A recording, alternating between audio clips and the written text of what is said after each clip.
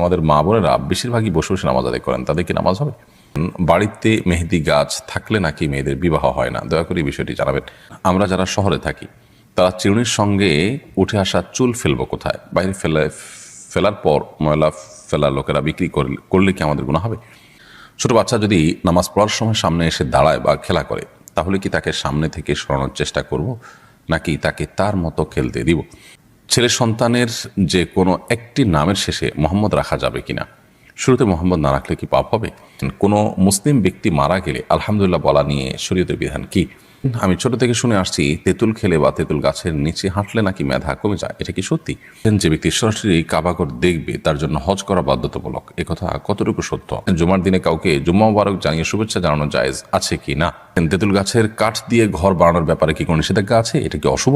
শিক্ষকরা যদি শরীরের কোনো স্থানে প্রহার করে তাহলে সেই স্থানকে জান্নাতে যাবে, এটা ছোটবেলা থেকে শুনে আসছিলাম। নিজের হায়াত থেকে বাবা মা অথবা প্রিয়জন হায়াত বাড়িয়ে দেওয়ার দোয়া করলে কি গুনাহ হবে? বাচ্চা ডেলিভারির সময় ও পরে 40 দিন যে কাপড় মায়েরা পরিধান করেন, পরবর্তীতে সেই কাপড় ধুয়ে পরিধান করে কি নামাজ পড়া যাবে, নাকি সেই কাপড় ফেলে দিতে হবে? মাগরিবের জামাতের আগে কি আসরের কাজা নামাজ আদায় করা যাবে? সুরমা সোহরান আপনি লিখেছেন, স্বামীর পকেট থেকে যদি না বলে কিছু অল্প টাকা নেই তাহলে কি গুনাহ হবে? স্বামীর পকেট থেকে যদি আপনি না বলে টাকা নেন, অল্প হোক আর বেশি হোক, এটা নির্ভর করবে স্বামীর সাথে আপনার সম্পর্কের উপর। সাধারণত আপনি আপনার স্বামীর পকেট থেকে, তার মানি ব্যাগ থেকে বা তার অন্যান্য জায়গা থেকে প্রয়োজন মতো টাকা নেন সংসার খরচের জন্য অথবা আপনার একান্ত প্রয়োজনে।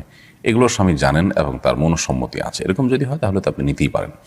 আর যদি সংসারের জন্য নয় বরং আপনার নিজের জন্য নেন এবং সেটা স্বামীর অজান্তে তিনি জানলে হয়তো আপনাকে প্রশ্ন মুখোমুখি করবেন অথবা কেন নিয়েছেন জিজ্ঞেস করবেন, অথবা তিনি যদি জানেন যে আপনি এটা নিজের সঞ্চয়ের জন্য বা নিজের অন্য কোনো কাজের জন্য, তার সংসারের কাজ ছাড়া অন্য কোনো কাজের জন্য নেন, তাহলে তিনি মনে কষ্ট পাবেন। এরকম যদি হয় তাহলে সেক্ষেত্রে এটা আপনার জন্য জায়েজ হবে না। কারণ ইসলাম স্বামী স্ত্রী প্রত্যেকের অ্যাকাউন্টকে আলাদা আলাদা করে দেখে। অতএব এই বিষয়গুলোকে আমরা গুলিয়ে ফেলার কোনো সুযোগ কিন্তু নেই। জান্নাতুল ফেরদাউস আপনি লিখেছেন, ছোট বাচ্চা যদি নামাজ পড়ার সময় সামনে এসে দাঁড়ায় বা খেলা করে, তাহলে কি তাকে সামনে থেকে সরানোর চেষ্টা করব, নাকি তাকে তার মতো খেলতে দিব?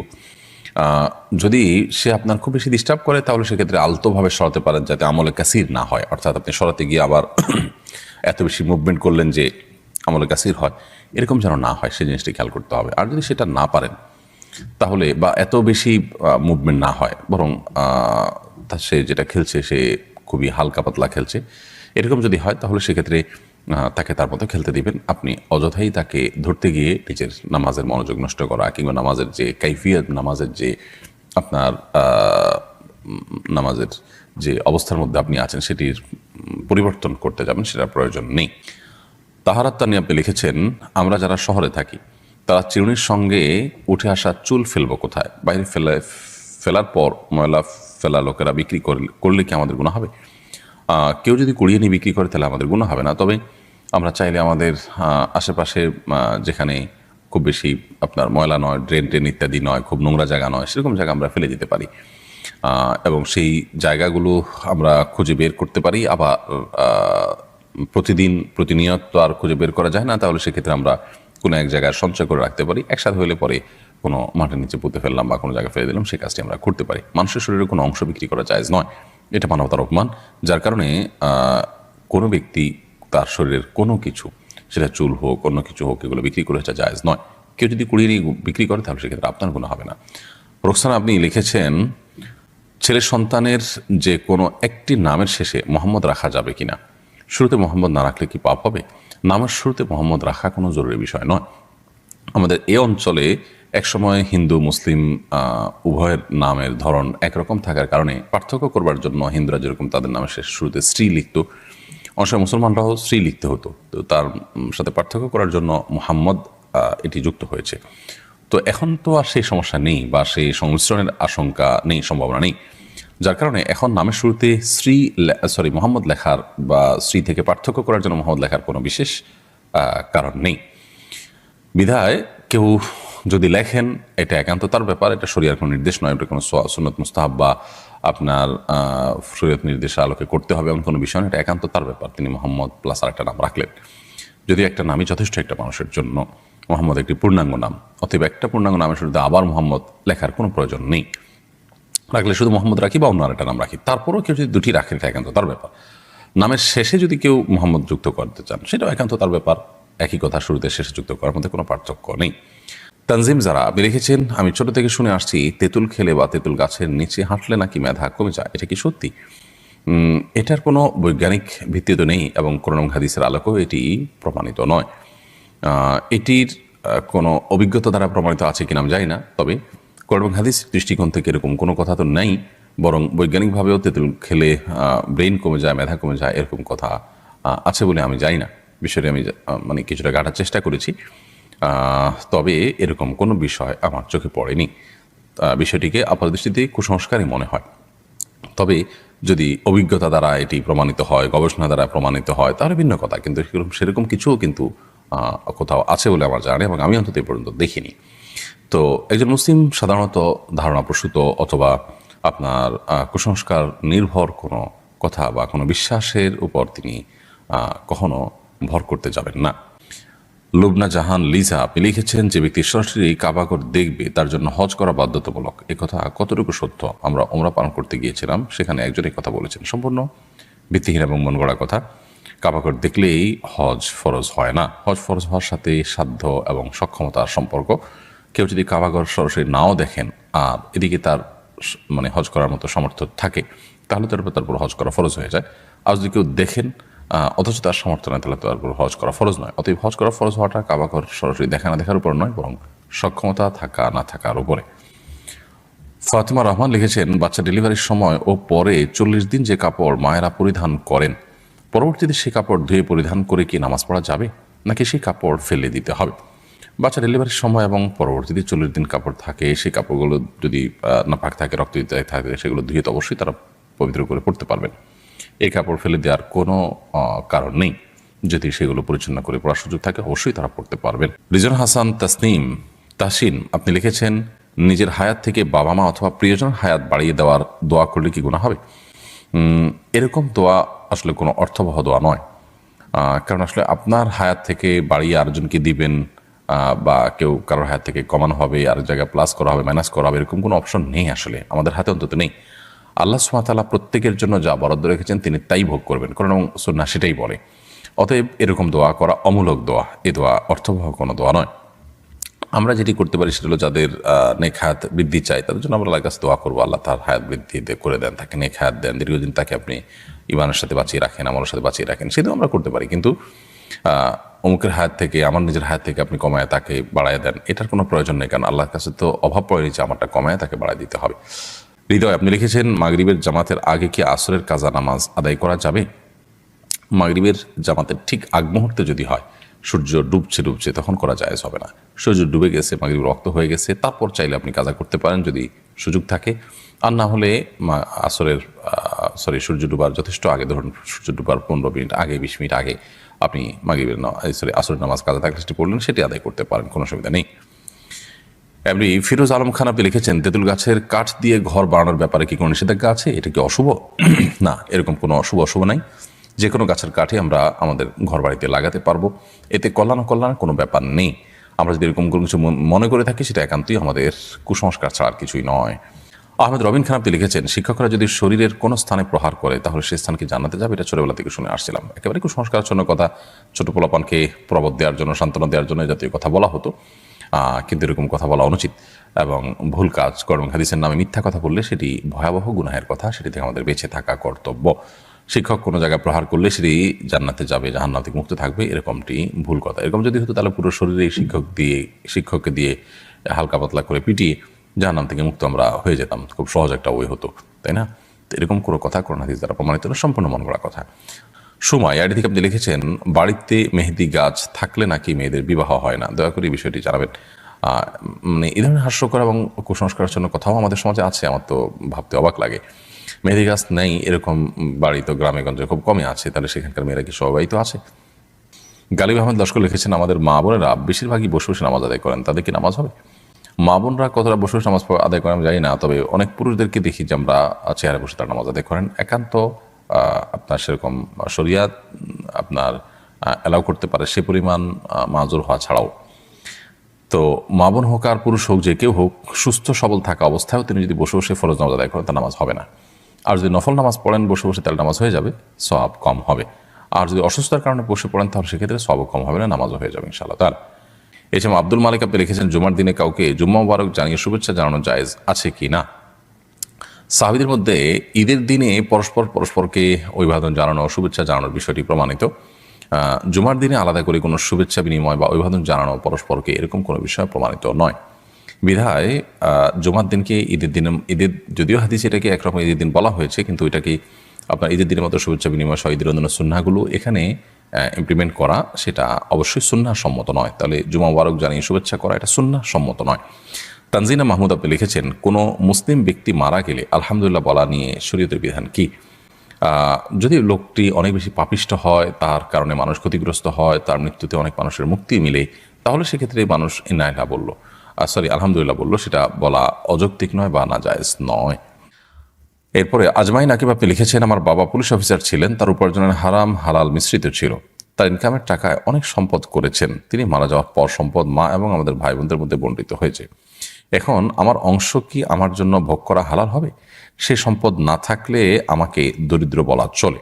আমি একজন ছাত্র, দৈনিক 200 টাকা ইনকাম আমার, দয়া করে জানাবেন।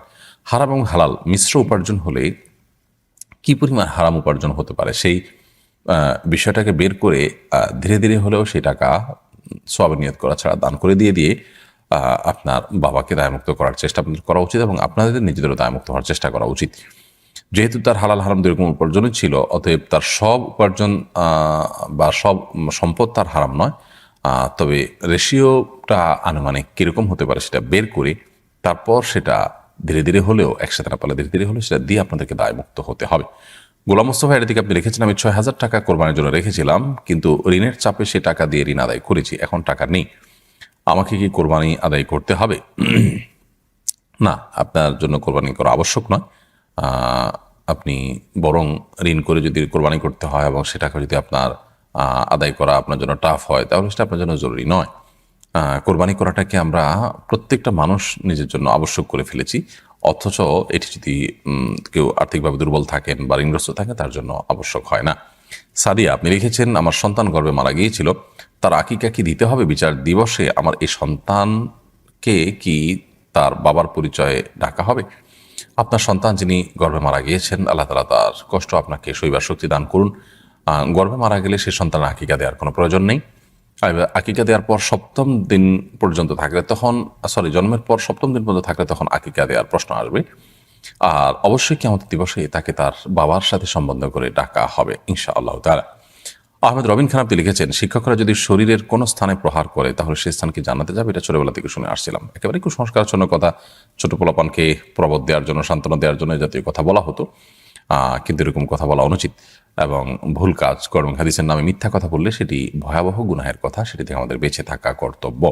শিক্ষক কোনো জায়গায় প্রহার করলে সেটি জান্নাতে যাবে, জাহান্নাম থেকে মুক্ত থাকবে, এরকমটি ভুল কথা। এরকম যদি হতো তাহলে পুরো শরীরে শিক্ষককে দিয়ে হালকা পাতলা করে পিটিয়ে জাহান্নাম থেকে মুক্ত আমরা হয়ে যেতাম, খুব সহজ একটা ওয়ে হতো, তাই না? তো এরকম কোনো কথা কোরআন হাদিস দ্বারা প্রমাণিত না, সম্পূর্ণ মন গড়া কথা। মনজুর মুর্শিদ লিখেছেন, জাকাত খাওয়া ব্যক্তির সাথে শেয়ারে কোরবানি দেওয়া যাবে কিনা? উনি জাকাত খাওয়ার উপযুক্ত নন, তারপরে জাকাত খাচ্ছেন। যিনি জাকাত খাচ্ছেন এই ব্যক্তিকে এই ব্যক্তির সাথে যদি আপনি কোরবানি দেন, কোরবানি দিতে পারেন, এটা কোনো হারাম হবে না। একজন গরিব মানুষ, তিনি জাকাতের টাকা পেয়েছেন, তিনি করে সেই জাকাতের টাকা সংগ্রহ করে সেটা দিয়ে তিনি কোরবানি করতে চাইলে সেটা নাজায়েজ বা হারাম কোনো কাজ নয়। আপনি তার সাথে কোরবানি দিলে কোরবানি জায়েজ হবে। তার উপার্জন হারাম হলে সেটা নিয়ে কোরবানি দেওয়া যাবে কিনা সেটা হলো ভিন্ন প্রসঙ্গ, সেটা নিয়ে অবশ্য আমাদের ইখতিলাফ আছে।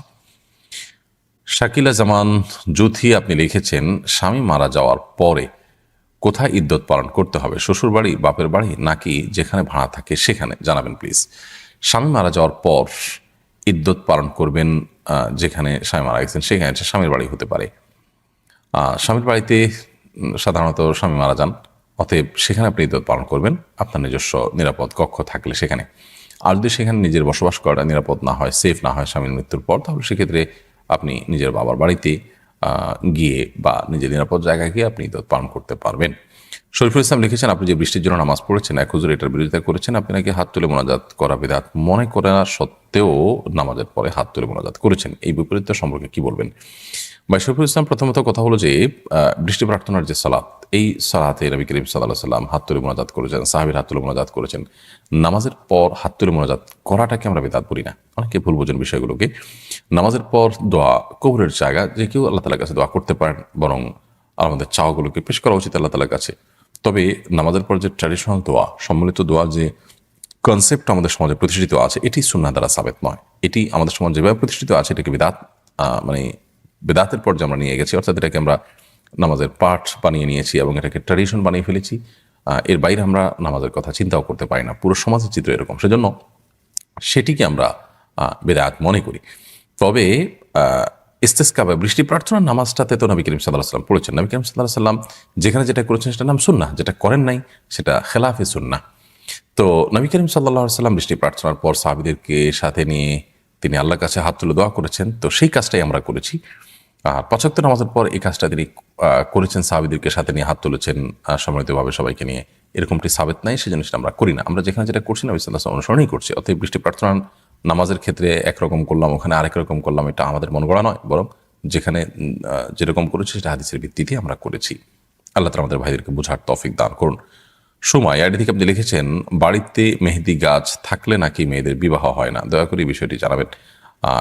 মানে এই ধরনের হাস্যকর এবং কুসংস্কারের জন্য কথাও আমাদের সমাজে আছে, আমার তো ভাবতে অবাক লাগে। মেহেদি গাছ নেই এরকম বাড়ি তো গ্রামে গঞ্জে খুব কমই আছে, তাহলে সেখানকার মেয়েরা কি স্বভাবিত আছে? জিয়াউল হক আপনি লিখেছেন, মসজিদের দায়িত্ব পেয়ে সঠিকভাবে দায়িত্ব পালন না করলে কি গুনাহ হবে? যে কোনো দায়িত্ব পেয়ে সঠিকভাবে দায়িত্ব পালন না করলে গুনাহ হবে, কারণ দায়িত্ব পালন করা এটা একটা আমানতের ব্যাপার। প্রত্যেকটা দায়িত্বই আমানত, অতএব সে দায়িত্ব পালন না করলে সঠিকভাবে আমানতের খেয়ানত এবং গুনাহ হবে, এতে কোনো সন্দেহ নেই। হাদিউল ইসলাম লিখেছেন, প্রচলিত আছে মসজিদে দুনিয়াবি কথা বলা হারাম। মসজিদে দুনিয়াবি কথা বললে 40 বছরের ইবাদত নষ্ট হয়ে যায়, এই কথাগুলো সত্য কিনা? মসজিদে দুনিয়াবি কথা বলা হারাম, সেখানে কথা বললে 40 বছরের ইবাদত নষ্ট হয়ে যায়, এরকম কোনো হাদিস আসলে নেই, এভাবে কোনো হাদিস বর্ণিত হয়নি। তবে এটা ঠিক যে মসজিদ তৈরি করা হয়েছে আল্লাহর ইবাদতের জন্য, সেখানে সালাত, তেলাওয়াত, জিকির, অন্যান্য নেকামলের জন্যই এই মসজিদকে তৈরি করা হয়েছে। অতএব মসজিদে যদি কেউ বেচা কেনা করেন, মসজিদে যদি কেউ হারানো জিনিস নিয়ে ঘোষণা দেন, সেটা নিষিদ্ধ। হাদিসে পরিষ্কারভাবে সেটিকে নিষেধ করা হয়েছে এবং নাজায়েজ গুনাহের কাজ হিসাবে আখ্যায়িত করা হয়েছে।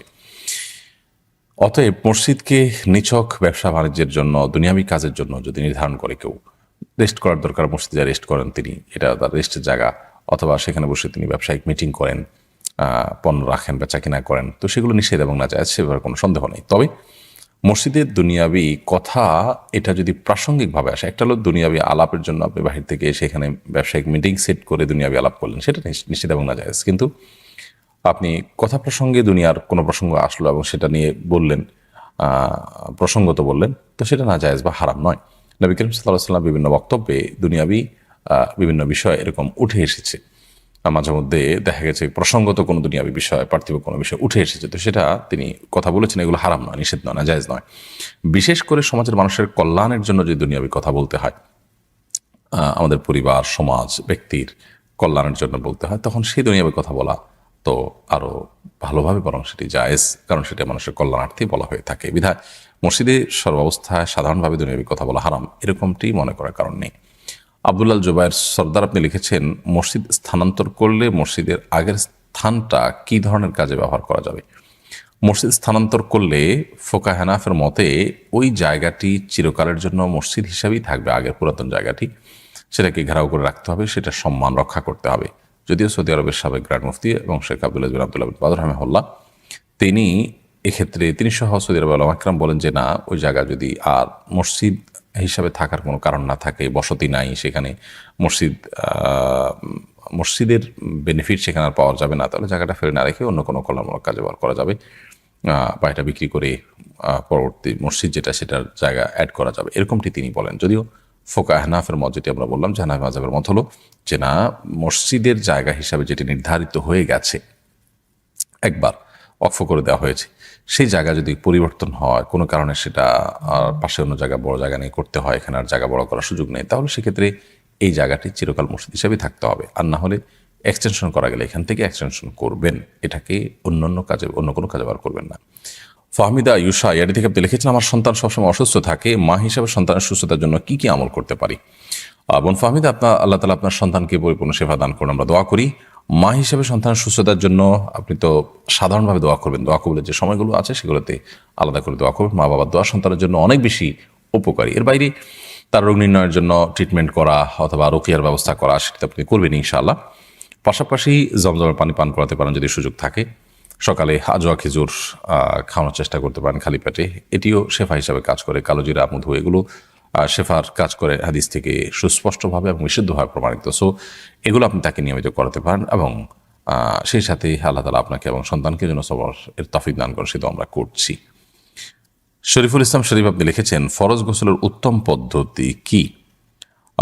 ফরজ গোসলের উত্তম পদ্ধতি, সুন্নাহসম্মত পদ্ধতি, সেটাই উত্তম পদ্ধতি। আর সুন্নাহসম্মত পদ্ধতি হলো যে শরীরের কোনো জায়গায় অথবা কাপড়ে নাপাক লাগলে প্রথমে সেই জায়গাটাকে আলতো করে ধুয়ে ফেলতে হবে, পরিষ্কার করে ফেলতে হবে। এরপর শরীর এবং কাপড়ের উভয় জায়গার নাপাক জায়গাটাকে ধুয়ে ফেলার পর আপনি 2 হাতের কবজি 3 বার ধুয়ে কুলি করে নাকে পানি দিয়ে মুখ ধুয়ে 3 বার ঠিক উজু করার মতো করে মুখ হাত ধুয়ে মাথা মাসে করে উজু করবেন।